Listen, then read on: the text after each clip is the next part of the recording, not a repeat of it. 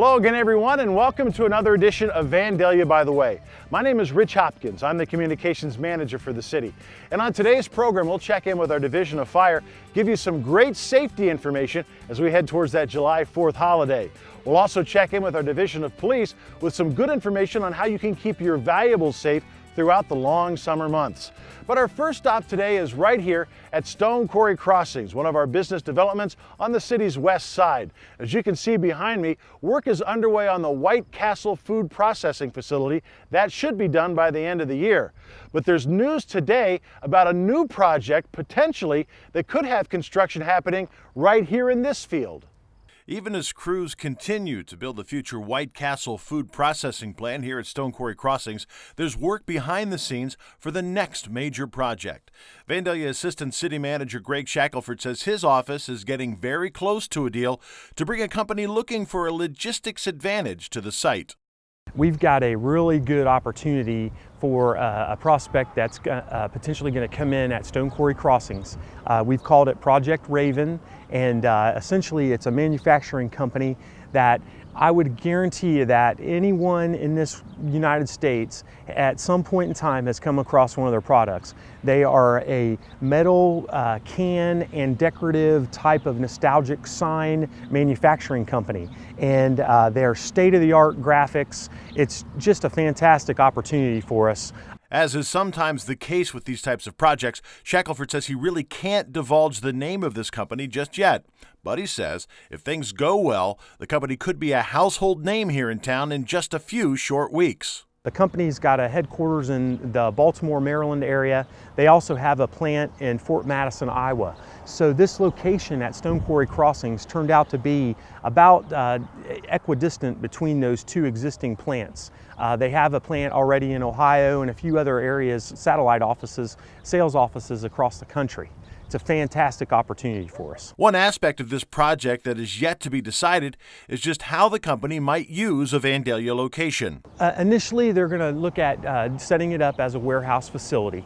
And I think depending on, they've sent some surveys out, they've had some really strong interest from their existing clients as far as what they would use the facility for. So in the future, at some point in time, it could end up becoming not only a painting and printing facility, but a stamping facility as well.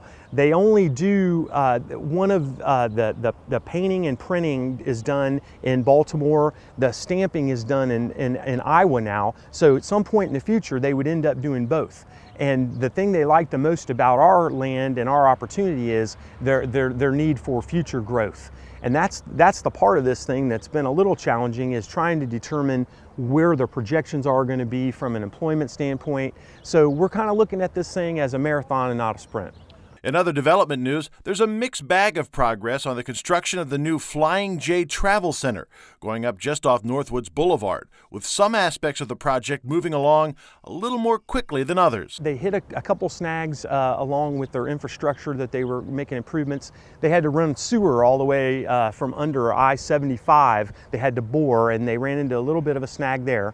But the framework of the actual facility and the different areas that they're going to utilize for customer convenience and trucking and that sort of thing, it's all coming together. They're probably a little ahead of schedule at the site, but the infrastructure may be just a little bit behind where they hope to be. And that White Castle plant we've been talking about, Shackelford says as long as the weather holds up, it is full steam ahead. They're just going like gangbusters now that the weather's broke, and they're still targeting probably November as far as when the building will be complete, and then hopefully maybe sometime in the fourth quarter they would get their CO, their occupancy certification, so that they can get rolling. Things are also rolling in regards to Vandalia's 2013 road reconstruction project. Public Works Manager Rob Cron says the plan is for 17 streets to be resurfaced, with the concrete work taking place before those asphalt trucks can roll in. This is going to be part of our street program for the summer. Right now they're doing the concrete work, repairing the bad curbs and sidewalks, and installing the handicap ramps, as you can see here. Once that work is all done, probably sometime in mid-July, late July, you'll see the resurfacing companies in town, and we'll start paving the streets as well. Most of this project is funded through the city's 0.25% income tax issue, the Safe and Stable levy, which means no homeowners will be assessed for any of the street or curb repairs. One of the best things about this project, or these two projects for our residents, is with our Safe and Stable levy, the whole project is paid for with tax dollars out of the Safe and Stable money. Some people may wonder how the city decides which streets will be resurfaced each year. Cron says it's a fairly involved process. There's a lot of criteria that goes involved: how busy the street is, the condition it's in, how long it's been since we've paved it before, and just take all that into consideration. So it's quite a process we go through, but we try to get the best streets done we can. The goal is to have all of the streets done before the end of the summer, so we can begin the school year with a cleaner and safer roadway to travel. And while we're talking about safety, the summer months are a prime time to think about keeping your valuables safe. Vandalia Crime Prevention Officer Holly Eastep says when the temperature goes up, criminals are more likely to strike. The biggest crime prevention tip that I can give the citizens of Vandalia during the summer months is to make sure you lock your vehicles and do not leave anything valuable in them. If a thief is walking by your vehicle and they see a GPS or cell phone, money sitting inside the vehicle, they're going to want to try to get it, and they're going to do what they need to get it. Eastep says keeping valuables locked away in your trunk or your glove box can go a long way towards discouraging a crook from targeting your car in the first place. She says another thing residents can do to fight crime is to call police at the first sign of something out of the ordinary. If you see something strange going on in your neighborhood, call us. We'd rather come out and investigate whatever is going on or what may be going on than to have to react to it afterwards and find out that a crime did occur, or people got their items taken, or a house got broken into. You can learn more about crime prevention in your neighborhood at a special event taking place in late summer at the Vandalia Sports Complex. Eastep says you should make plans now to attend the National Night Out Against Crime. National Night Out is a time for citizens of Vandalia to come out and meet the police department. We're going to have the RERT vehicle there. We're going to have some prizes that you can win, and really just learn about what Vandalia has to offer the citizens and what the citizens can do to help make their neighborhood safer. And from crime prevention to fire prevention. As we inch closer to the 4th of July holiday season, Vandalia Fire Chief Chad Follick is telling folks that shooting off fireworks is not a task that should be handled by amateurs. Our message this year as we approach 4th of July is to leave the fireworks to the professionals. The city of Vandalia invests a good amount of time and money into a nice fireworks presentation for the citizens. We invite everybody out to that. Where it's a safe environment, controlled by professionals, set off by professionals, controlled by professionals. The issue is that at-home fireworks have been responsible for about 15,000 fires a year. Most of those being outside fires. About 14,000 of those are outside type fires. We've had structure fires in the past in the city of Vandalia as a result of errant fireworks displays. We actually had 2 in the same year as a result of fireworks. On top of an increased risk of fire, Follick says fireworks are to blame for as many as 9,000 personal injuries each year. Most people think that just because they're legal fireworks, things like sparklers, that they're okay and they're safe and they don't have to supervise kids as well. A sparkler burns at about 1,200 degrees Fahrenheit.